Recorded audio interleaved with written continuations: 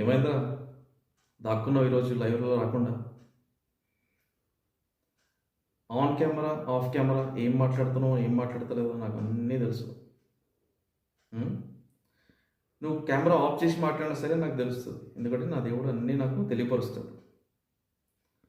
Camera on చేసి ఒకటి, of చేసి ఒకటి మాట్లాడే రకం నువ్వు. ఎందుకంటే నీ ఏం బయటపడతాయో అని భయం నీకు. అర్థమైందా? నాదేమైనా ఉంది బయటపడేది ఏంటంటే నిన్ననే నా సాక్ష్యం వినే ఉంటావు ఆల్రెడీ. దాంట్లో చెప్పిన ఆల్రెడీ. మా అంటే ఏం చెప్తావు? ఫైనాన్షియల్ ఇష్యూస్ గురించి చెప్తావు.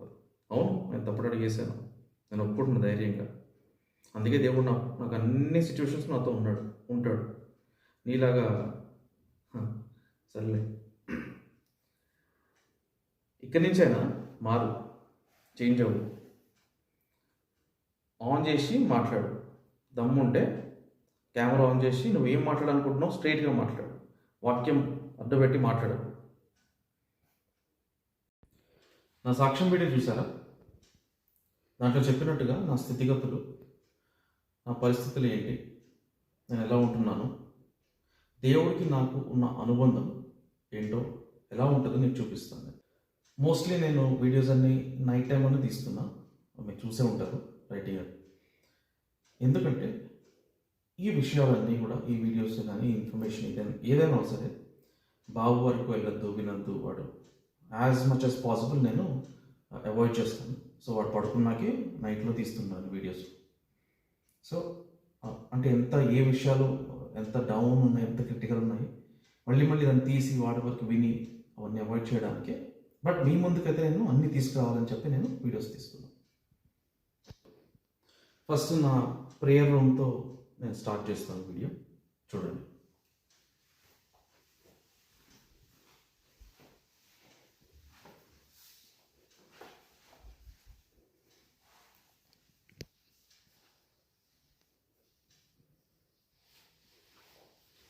సో ఇదే నా ప్రేయర్ రూమ్. ప్రేయర్ కానీ, ఆరాధన కానీ, వాక్యం చదువుకోవడం కానీ, ఇండివిజువల్ ప్రేయర్స్ కానీ ఎవరికి వాళ్ళు ఇదే రూమ్. ఇంకే వర్క్, ఏ పని ఉండదు ఇంట్లో, ఏది పెట్టాం. ఓన్లీ ఇదే. యేసుప్రభు పలికిన, సిలువలో పలికిన 7 మాటలు ఆ ఫ్రేమ్ ఒకటి ఎప్పుడుతో ఉంటే అది అలా అట్లా పెడతాను. ప్రేయర్ అప్పుడు తీసేస్తాను అక్కడి నుంచి. సో అంత ఇదిగా ఉన్న దాంట్లోనే దేవుడికి ఇచ్చే ప్రాధాన్యత. నేను ఇలాగే పెరిగాను, నాకు ఇదే తెలుసు. కింద కూర్చొని మోకాళ్ళు వేసి ప్రార్థన చేయడమే తెలుసు, కన్నీటి గడిపెట్టడం తెలుసు నాకు.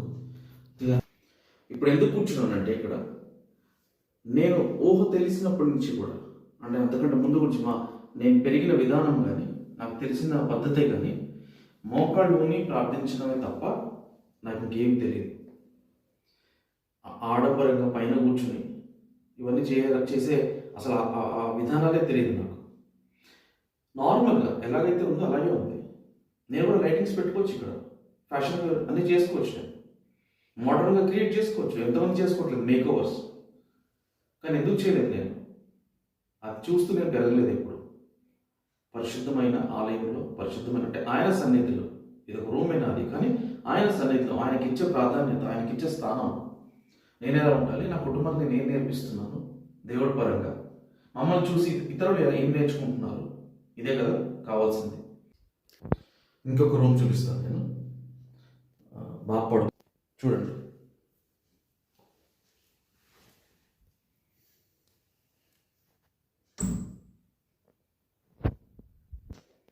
చూసారా? 2 years ప్లస్ మెటీరియలిస్టిక్గా చాలా కోల్పోయాను నేను. అంటే నా సైడ్ ఉన్న మిస్టేక్స్ బట్టి కొంచెం అటు ఇటు తప్పడం లేసాను కాబట్టి చాలా కోల్పోయాను నేను. దాని గురించి నేను బాధపడట్లేదు. ఎందుకంటే నాకు తెలుసు, నాకు నమ్మకం ఉంది, నా దేవుడు నాకు తప్పకుండా అన్నీ తిరిగిస్తాడని. ఇప్పుడు ఎందుకు చూపించానంటే నేను 2 years ప్లస్గా ఇప్పుడు ఏదైతే చెప్పానో బెడ్ కూడా లేదు. బాబు కూడా ఏమున్నాయి ఏం లేవు అని ఎప్పుడు బాధపడడు, చూసుకోడు. ఎందుకంటే దేవుడితో ఉన్నామా లేదా, రిలేషన్ విత్ గాడ్ ఎలా ఉంది అనేది వాడికి ముఖ్యం.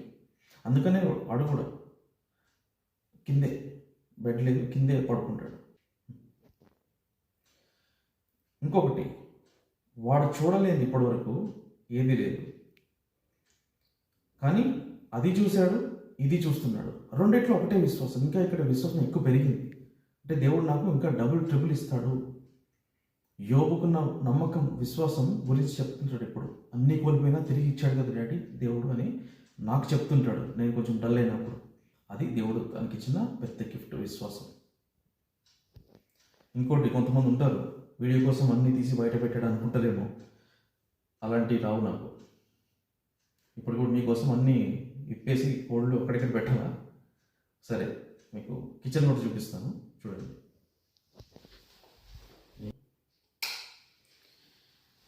ఓకే, ఇది కిచెన్. తగులుతుంది. ఫ్రిడ్జ్ ఉంటుంది ఇక్కడ. ఫ్రిడ్జ్ ఉండాలి యాక్చువల్గా. ఫ్రిడ్జ్ లేదు, 2 years ప్లస్గా ఫ్రిడ్జ్ కూడా లేదు. ఫ్రిడ్జ్ కూడా అంటే ఇది మెయిన్ ఐటమ్స్ ఏదైతే ఇంట్లో ఉండాల్సిన బేసిక్ ఐటమ్స్ లేవు. వాషింగ్ మిషన్, ఒక నిమిషం.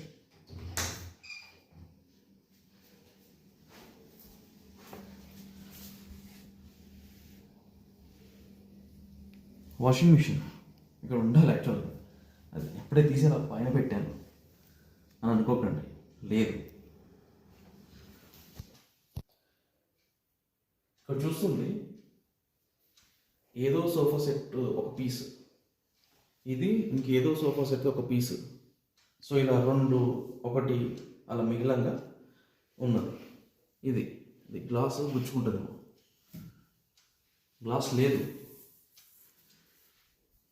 సో ఇదంతా చూపిస్తున్నది ఇంకెందుకోసమో అని అనుకోకండి మీరు. మిస్అండర్స్టాండ్ చేసుకునేవారు చేసుకోవచ్చు. బట్ ఎంత ట్రూత్ఫుల్గా నేను ఇప్పుడు ఉంటున్నాను, నాకు ఏది ఉన్నా ఏది లేకపోయినా ఎంత విశ్వాసంతో ఉంటున్నాం ఇప్పుడు అనేది ఒక చిన్న, అంటే నా సాక్ష్యంలో ఒక భాగం ఇది. నేను చెప్పినట్టుగా స్థితిగతుల గురించి చాలామంది అనుకోవచ్చు ఫుల్ లగ్జరీ లైఫ్, అది లగ్జరీ లైఫ్ ఎవరు చూడనుగా చూశాను. ఓకే, ఏమీ లేని లైఫ్ కూడా చూసాం. అంధకారం స్థితిలో వెళ్ళిపోయిన లైఫ్ కూడా చూసాము. దేవుడు ఒక్కొక్కటి ఒక స్టెప్ ఎక్కిస్తున్నాడు. ఈరోజు ఇంకోటి, బైక్స్, కార్స్ మంచిగా ఉండేవి. ఇప్పుడు బైక్స్ లేవు, కార్స్ లేవు. బయటికి ఎక్కడికి వెళ్ళాలంటే ఓలానా, ఊబరా, అది కూడా ఆ సిచ్యువేషన్ బట్టి వెళ్ళగలనా లేదా అని చూసుకుని వెళ్ళాల్సి వచ్చే పరిస్థితిలో ఉన్నాను నేను. సో చూసారా వీడియో? 1 year నుంచి నాకు జాబ్ లేదు. అండ్ మ్యూజిక్ క్లాసెస్ చెప్తా కాబట్టి కొంచెం సర్వైవల్ కోసం అటు అలా మంత్ కొంచెం లాగుతూ అంటే అది కూడా దేవుడు ఇచ్చిన నాకు ఆ తలాంతు నేను అలా యూజ్ చేసుకుంటున్నాను. అండ్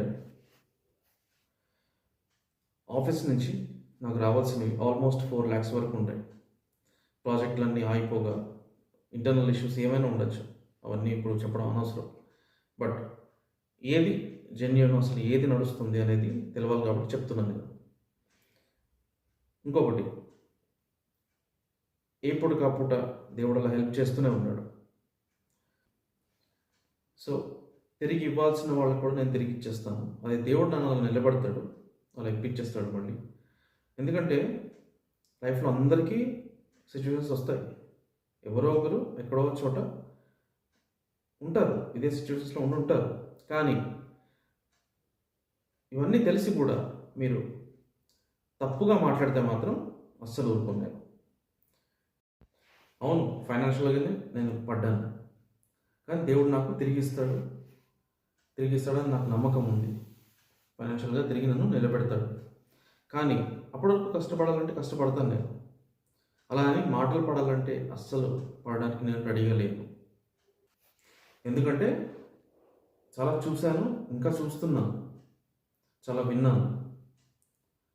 నేను ఇంకా మాట్లాడాలనుకున్నాను కాబట్టి మాట్లాడడానికి వచ్చాను నేను. ఇంకొకటి మెయిన్ విషయం ఏంటంటే, నేను ఉంటున్న ఏరియా కమర్షియల్ ఏరియా. నేను ఎగ్జాక్ట్లీ రిసైడ్ అవుతున్న ప్లేస్ కాదు, కానీ నియర్ బై ఏరియా అంతా కమర్షియల్ ఏరియా. సో నేను ఒక చర్చ్ పెట్టుకోవాలంటే చాలామంది వస్తారు. అంటే కమర్షియల్గా కార్పొరేట్ చర్చ్ పెట్టుకోవాలనుకుంటే చాలామంది వస్తారు, ఇన్వెస్ట్ చేస్తారు కూడా వచ్చి చర్చ్ గ్రోత్ కోసం. ఎంతసేపు నేను ఆ బిజినెస్ స్టార్ట్ చేయాలంటే దేవుడిని అడ్డం పెట్టుకుని ఎప్పుడు అలా నాకు ఆలోచన కూడా రాలేదు. ఏంటి సంఘం ఏంటి ఇలా అయిపోయింది అన్న కోపం తప్ప నాకు ఇలాంటి ఆలోచన వచ్చింది, నేను పెట్టుకొచ్చే ఉన్న ఏరియా మంచిది కదా అని ఏ రోజు నేను ప్లాన్ చేయలేదు. దేవుడితో ఆటలు అస్సలు ఆడకూడదు. దేవుడు నీతో ఉన్నాడు కదా, దేవుడు తెలుసు కదా అని చెప్పి నీకు తెలిసిందంతా ఇలా కార్పొరేట్గా మార్చుకున్నావు, ఇలా కమర్షియల్గా మార్చుకుని ఇలా చేస్తున్నావు. నిజంగా నేను అలాగే ఆలోచించి బిజినెస్ స్టార్ట్ చేశాను అనుకో, అంటే మినిస్ట్రీ అని పేరు పెట్టి, హోలీ మినిస్ట్రీ అని పేరు పెట్టి ఏదన్నా అలా నడిపించుకున్నాను అనుకో కార్పొరేట్గా, అలా సంపాదించుకోవచ్చు. ఫైనాన్షియల్ ఇష్యూస్ అన్నీ అలా తీర్చుకోవచ్చు.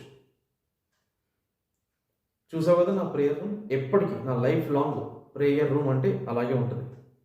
దేవుడు మంచిగా బ్లెస్ చేసి అనేక మందిని నడిపించిన నేను బోధించే ఆ స్థాయిలో ఉన్నా సరే, ఆ రోజు కూడా ఎంత హై స్టాండర్డ్స్లో దేవుడు పెట్టినా ప్రేయర్ దేవుని పని అనేసరికి నేను ఏదైతే ప్రారంభించానో చిన్నప్పుడు అదే రీతిగా ఉంటాను. నేను ఇది కావాలంటే సేవ్ చేసుకో, నీలాగా డిలీట్ చేయండి నేను వీడియోస్.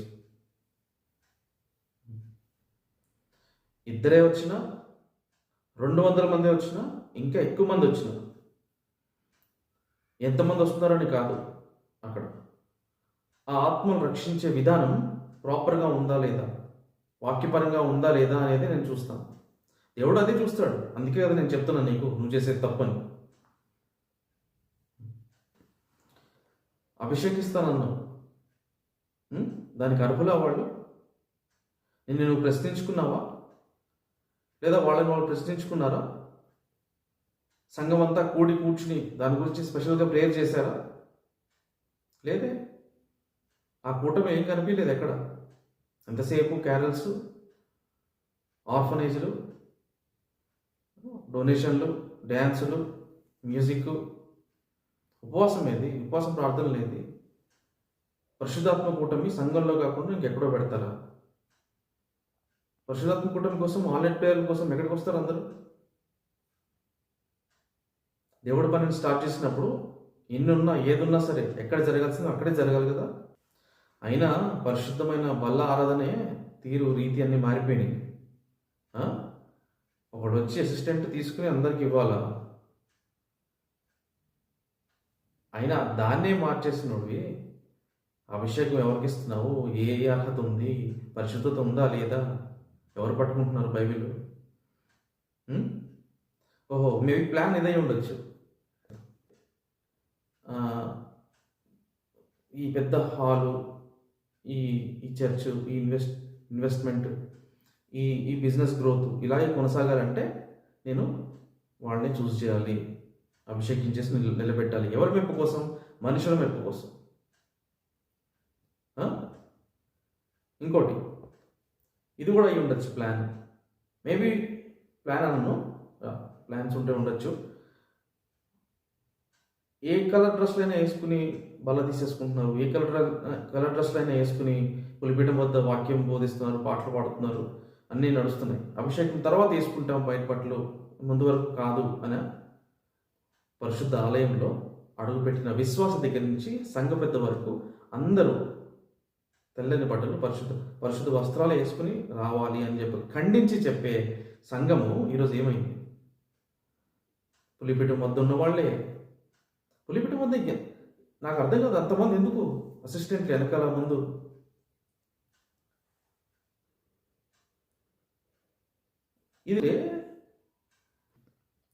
ఇదంతా చూస్తుంటే ఆ జేసీ అన్నము, రాజ్ ప్రకాష్ పాల్, ఇంకెవరెవరో ఈ మోడర్న్గా కార్పొరేట్ వైజ్గా చేసేవాళ్ళు వాళ్ళని చూసి నేర్చుకుని ఫాలో అవుతున్నట్టుంది.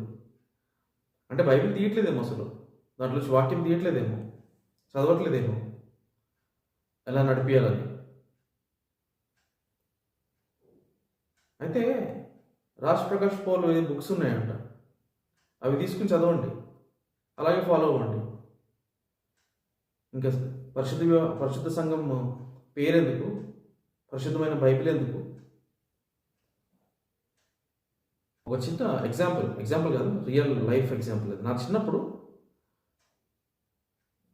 పాస్టర్ గారు ఎదురుగుండా అందరూ సంఘం అంతా కింద కూర్చునేవారు. పాస్టర్ గారు మోకాళ్ళు చిన్న గట్టులా ఉండేది అంతే అక్కడ, స్టేజ్లో చిన్న గట్టు.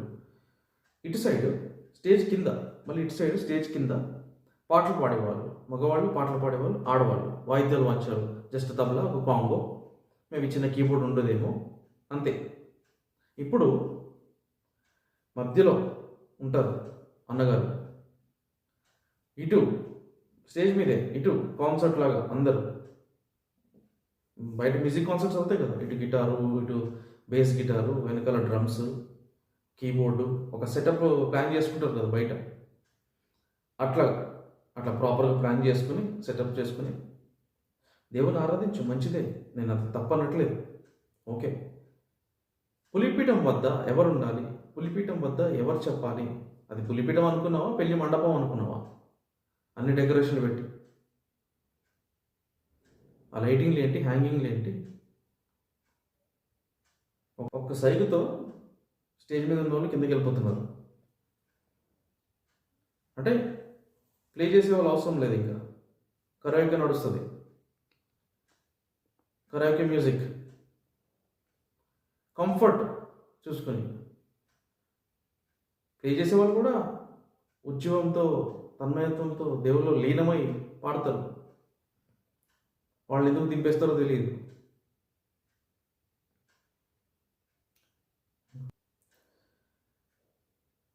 సంఘంలో స్త్రీలు మౌనంగా ఉండండి అన్న వాక్యం ఉంది తెలుసా? స్త్రీల కూటమిలో కాదు. అలా అని చెప్పి నేను స్త్రీని తక్కువ చేసి నేను మాట్లాడట్లేదు. వాళ్ళకి ఇచ్చే ప్రాధాన్యత, వాళ్ళకి ఇచ్చే స్థానం వాళ్ళకు ఉంటుంది ఎప్పుడు. దైవజనుడు లేదా సంఘ పెద్ద ఎవరైనా నడిపిస్తున్నారంటే let them talk. Second message, సాక్ష్యం నుంచి చిన్న వాక్యం చెప్పడము ఇస్తే ఇవ్వు. అథారిటీ ఇచ్చేసి నువ్వు ఎవరు లీడ్ చేయాలి, ఎవరు లీడ్ చేస్తున్నారు అదంతా చూస్తూ అథారిటీ ఇచ్చావా లేకపోతే లాగేసుకున్నారా? కంట్రోల్ మొత్తం మేనేజ్మెంట్ చేంజ్ అయిపోయిందా? కమిటీ చేంజ్ అయినట్ట? ఎలక్షన్స్ అయ్యాయా? యునానిమస్గా గెలిచారా వాళ్ళిద్దరూ?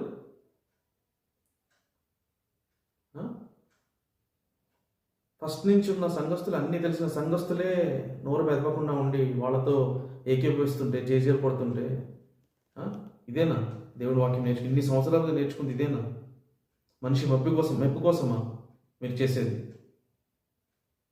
ఇంకోటి సీరియస్గా చెప్తున్నాను, దేవుల్లో చిన్నప్పటి నుంచి ఉండి అన్నీ తెలిసి ఉండి నేను తప్పుడడుగు లేశాను. అంటే యవ్వన కాలంలో సిచ్యువేషన్స్ పరంగా సాతాను ఎక్కడ దెబ్బ కొట్టాలని చూస్తుంది. నేను ఒప్పుకుంటున్నాను. ఆ యవ్వనస్తులని గట్టిగా నిలపాల్సిన ఆ టైంలోనే నేను చాలా లైట్గా తీసుకున్నాను దేవుడి కృపని. కానీ దేవుడు తిరిగి నన్ను సార్లు నేను పడ్డా కూడా అన్నిసార్లు తిరిగి నా చేయించి లేపాడు. అందుకు నేను పర్సనల్గా ఎక్స్పీరియన్స్ అయ్యాను నేను ఆయన కృపని.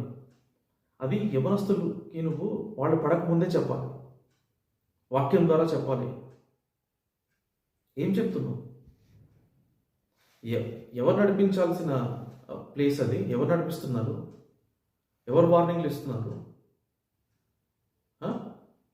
సంఘంలో అదేనా మాట తీరు?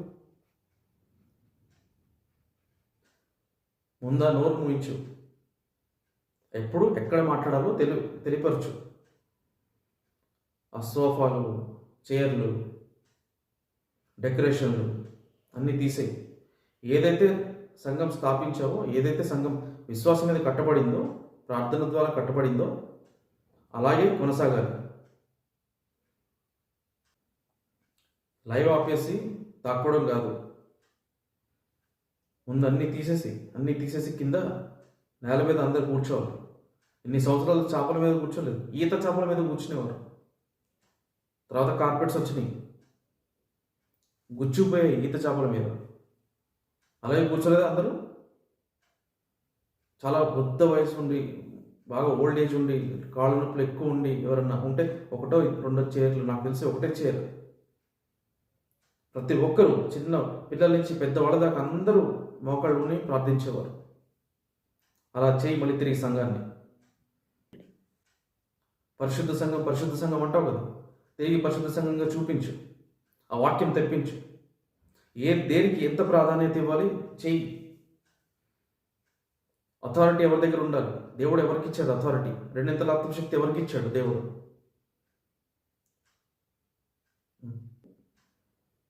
ఒక్కరోజు కూడా కింద మోకాలు వేయడం చూడలేదు నేను. వాళ్ళిద్దరిని చక్కగా యవనస్తులు కొంతమంది చక్కగా వైట్ బట్టలు వేసుకునే వాళ్ళు, తెల్ల వస్త్రాలు వేసుకునే వాళ్ళు కూడా చేంజ్ అయిపోయి, అయ్యో ఈరోజు నేను వైట్ బట్టలు వేసుకోలేదు, ఏం చెప్పాలి అడిగితే అని భయపడే వాళ్ళు కూడా ఇష్టం వచ్చినట్టు వస్తున్నారు. అలాగే స్టేజ్ ఎక్కి పాటలు పాడుతున్నారు. ఏనాడు మోకలేయడం చూడలేదు నేను. చీర నలగకుండా, వేసుకున్న కోట్ నలగకుండా, నెట్టు కొంగులు నలగకుండా, ఎలాగ టిప్ టాప్గా వచ్చి టిప్ టాప్గా వెళ్ళి వాళ్ళనే చూస్తున్నాను నేను. నువ్వు నేర్పించేది సరేలే, నాది అయిపోయింది కదా, నా జమానా, వీళ్ళు చూసుకుంటారులే అదేనా. నేను చెప్పే కదా, పెట్టుకోవాలంటే పెద్ద బ్యానర్ పెట్టుకో, ఏదైనా నీకు తెలిసిన భాషలో. ఎప్పుడైతే సంఘాన్ని తిరిగి మొదటి స్థానంకి తెస్తావో, అంటే స్పిరిచువల్గా అంటున్నాను నేను, మళ్ళీ చిన్న రూమ్స్ పెట్టుకో అనట్లేదు, మంచిదే, పెద్ద హాల్ పెట్టుకో, ఐ సపోర్ట్. ఎంత విస్తరిస్తే అంత మంచిదే, ఎంతమంది వస్తే అంత మంచిదే, ఐ సపోర్ట్. కానీ ఎప్పుడు డే వన్ అంటే మొదటి రోజు, సంఘం స్థాపించిన మొదటి రోజున ఎలాగైతే ఉన్నావో, ఎలాగైతే పద్ధతులు ఉన్నాయో అదే పద్ధతి అలాగే నువ్వు ఉండాలి ఈరోజు కూడా. అంతేగాని చైన్లు, రింగులు అన్నీ వేసేసుకుని, చెవులు కుట్టించేసుకుని, నేను అందరికి చెప్పట్లేదు ఇది, ఎవరైతే మధ్యలో చేంజ్ చేయారో వాళ్ళకి చెప్తున్నా. పరిస్థితుల ప్రభావంగా చేంజ్ అయ్యారు కదా, అంటే దేవుడిని పక్కన పెట్టారు కదా పరిస్థితుల్ని అధిగమించలేక. చూసుకోండి, రేపు మీకు కూడా వేసేస్తారేమో చైన్లు, రింగులు. ఉండాలి కదా మరి, ప్రెస్టేజ్ వెళ్ళే కొద్దీ ప్రెస్టేజ్ పెరుగుతుంది కదా, అది నేర్పుకోవాలి. మరి ఈ మోడర్న్ కార్పొరేట్ చర్చెస్ మధ్యలో ఇది కూడా కాంపిటీషన్కి వెళ్ళాలంటే, మరి రాజ్ ప్రకాష్ అంత ఎదగాలంటే ఎలాగ మరి? చూసుకోండి, ఇంకా బైబిల్ కూడా పక్క పెట్టి రేపు తీసుకెళ్దాం అంటారేమో. నా వైఫ్ ఇన్స్టాగ్రామ్ ఇన్ఫ్లుయెన్సర్. ఓకే, ఒక ఫోటో ఇన్ఫ్లుయెన్సర్స్ ఏం చేస్తారు, మంచి ఒక ఫోటో ఏదైనా తీసి పెట్టుకుంటారు, లేదా వీడియో తీసి పెడతారు, ఏదైనా బ్లాగ్ చేసి పెడతారు. ఇన్ఫ్లుయెన్సర్స్ అంటే అదే కదా, ఏం జరుగుతుంది జస్ట్ చూపించడమే కదా. ఎవరికి జాబ్స్ వాళ్ళకు ఉంటాయి కదా, సేమ్ అదే కదా, ప్రొఫెషనే కదా. అలా ఒక ఫోటో ఏదన్నా పెట్టినప్పుడు, ఒక వీడియో ఏదైనా పెట్టినప్పుడు దాని ద్వారా జడ్జ్ చేస్తున్నారు. ఇలా పెట్టగానే వెంటనే ఫస్ట్ వ్యూ ఉంటుంది స్టోరీ చూడడానికి. ఎన్ని స్టోరీస్ ఎన్ని మంత్స్గా చూస్తూ చూస్తూ చూస్తూ క్రిటికల్ పొజిషన్లో ఉన్నప్పుడు మెసేజ్ చేస్తే నువ్వేమయ్యావు? అదే ఇన్స్టాగ్రామ్లో, అదే సోషల్ మీడియాలో మెసేజ్ చేస్తే క్రిటికల్ పొజిషన్లో ఏం చేస్తావు నువ్వు? జస్ట్ చూసి వదిలేసావా? చూస్తున్నావా అప్పటి నుంచి ఇప్పటి నుంచి ఎలా స్టెప్ ఎక్కిస్తున్నాడు దేవుడు అని? ఒక ఫోటోకి వీడియోకి జడ్జ్ చేస్తారా? నా స్థితిగతులు ఏంటో చూసావు నువ్వు. నా స్థితిగతులు ఎలా ఉన్నాయో, అప్పుడు ఎలా ఉన్నాయి, ఇప్పుడు ఎలా ఉన్నాయి, ఎంత డిఫరెన్స్ ఉందో చూసావు. బట్ స్టిల్ అదే ఫోటోలు, అదే వీడియోలు ఇంకా వస్తూనే ఉంటాయి. తప్పు చేయలేదు కాబట్టి పెడతానే ఉంటాం. జడ్జ్ చేస్తావా? ఎవరు జడ్జ్ చేస్తావు? దేవుడు నిన్ను జడ్జ్ చేయకుండా చూసుకో.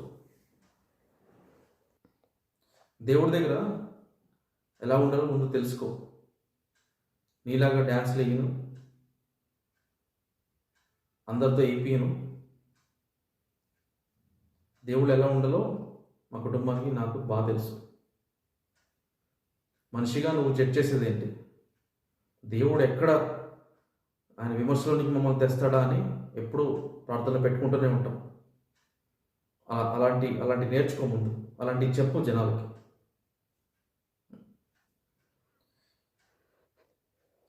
నా భార్య ఒక అన్యజనురాలు. వివాహం అయిన తర్వాత దేవుని తెలుసుకుంది. ఫస్ట్ డే వివాహం తర్వాత చర్చ్లోకి అడుగుపెట్టిన ఫస్ట్ డే, అప్పటికి దేవుడి గురించి ఏం తెలియదు ఇంకా. ఫస్ట్ డేనే ఫుల్ వైట్ శారీ, పరిశుద్ధ వస్త్రాలతోనే చర్చ్లోకి ఎంటర్ అయ్యాము. చూసారు, అందరికి తెలుసు కదా, కొత్తగా చెప్పేది ఏం లేదు, చూశారు కదా. సాక్ష్యం తెలుసా నీకు? అసలు మా వైఫ్ది మనసు సాక్ష్యం తెలుసా నీకు? బాబుకి ఈరోజు అంత సాక్ష్యం, అంత విశ్వాసం ఉందంటే ఆ రోజు తను వేసిన విత్తనం. కడుపులో ఉండగానే ఏ రోజు కూడా 9 months ఒక్క ట్యాబ్లెట్, నేను చెప్పడం కాదు, మీకు తెలుసు, అందరికీ మీకు తెలుసు కదా అన్నీ. ఇది నేను ఎందుకు చెప్తున్నానంటే తెలియని వాళ్ళకి, కొత్తగా చూసే వాళ్ళకి చెప్తున్నాను. 9 months కూడా ఏ ట్యాబ్లెట్ కానీ, ఏ టానిక్ కానీ, డాక్టర్ నార్మల్ రెగ్యులర్ చెకప్స్ తప్ప ప్రిస్క్రిప్షన్ ప్రకారంగా వేసుకోవాలి, ఈ టైంకి తినాలి, చేయాలి, ఏం లేదు. ప్రేయర్ చేసుకోవడం. 5th monthలో గడప తగిలి పడిపోయింది. ఏమవుతుందో ఏంటో అని భయపడ్డాం. కానీ దేవుడు తన కాపుదల ఎంతో గొప్పగా ఉంచాడు. వెంటనే నెక్స్ట్ వీక్ గృహకుడికి పెట్టుకున్నాం ఇంట్లో. సో ఇది ఎందుకు చెప్తున్నానంటే, ఆ విశ్వాసం నేను చెప్పింది కాదు, మళ్ళీ తన పర్సనల్గా దేవుడితో ఉన్న అటాచ్మెంట్ ద్వారా తెలుసుకుంది. అదే విశ్వాసం, అదే సాక్ష్యము తిరిగి బాబుకి ఈ రోజు వరకు ఎలాగైతే డెలివరీ అయ్యిందో, ఎలాగ మన అక్కడి నుంచి వచ్చాక ఇమీడియట్గా దేవుడి సన్నిధిలో బాబుని అలా పెట్టిందో, బాబుని ఇలా దేవుడికి సమర్పించిందో, నేను ఏ రోజు చెప్పలేదు, నిజంగా చెప్తున్నాను. నేను సంఘంలో అందరికీ తెలుసు, ఎవరికైతే తెలుసో, ఎవరితో ఉంటున్నారో చెప్పండి, వాళ్ళ లైఫ్ చూశారు అన్నీ. దేవుడు గొప్ప కార్యాలు చేశాడు ఎవరి ఇండివిజువల్ లైఫ్స్లో వాళ్ళకి. దేవుడి సన్నిధిలో వార్నింగ్లు, ఆర్డర్లు వేయడం కాదు, డిమాండ్ చేయడం కాదు, అలాంటి సాక్ష్యం తెచ్చుకుని అప్పుడు చూపించు. ముందు మాట తీరు కరెక్ట్ చేసుకో. ఎవరితో మాట్లాడుతున్నావు, ఎలా మాట్లాడుతున్నావు, సంఘంలో ఎవరికి స్థానం ఇవ్వాలి, అక్కడ ముందు కొంగు వేసుకోవడం నేర్చుకో. ఏమో అనుకుంటున్నావు, it's not a regular talk in the church. ఇంట్లో వాళ్ళ మీద డిమాండ్లు, ఆర్డర్లు చేసినట్టు, మా నెంబర్ బ్లాక్ చేయించినట్టు, అందరితో ఇలా బిహేవ్ చేయాలనుకుంటున్నామేమో. దేవుడికి అప్పగించేసినట్టుగా చాలామంది ఉండరు. దేవుడు చేతిలో పెట్టేశాను నేను ప్రతిదీ కూడా. ఆయన సమాధానం చెప్తే ఎలా చెప్తారో దేవుడు అందరికీ తెలుసు. అంతదాకా తెచ్చుకో. సన్నిధిలో ఎలా ఉండాలి, సంఘంలో ఎలా ఉండాలి, ఎలా మాట్లాడాలి, బైబిల్ పట్టుకున్నప్పుడు ఏం మాట్లాడాలి ముందు తెలుసుకో. ఉన్నావుగా ఎదురుగుండా, చెప్పు, నేర్పించు. అందరినీ పర్సనల్ అటాక్ చేయడం కాదు, ముందు నీ ఇంట్లో సరిచేయి. ఎవరైతే గాడి తప్పారో వాళ్ళని సరిచేయి. సంఘాన్ని ముందు ఎలాగైతే స్టార్ట్ చేసావో అలా పెట్టు. మళ్ళీ ఇంకోటి, పెద్ద ఇంట్లో ఉన్నప్పటి నుంచి ఏమేమి చేసావు, మమ్మల్ని ఎలా తప్పుగా చూపించాలని చూసావు, ఇప్పుడు ఎలా చూపిస్తున్నావు తప్పుగా, అవన్నీ వచ్చే వీడియోలో చెప్తాను. నేను కొత్తగా చూసేవాళ్ళు నేను పెట్టిన సాక్ష్యం వీడియో చూడండి. Okay, thank you. షాలోమ్.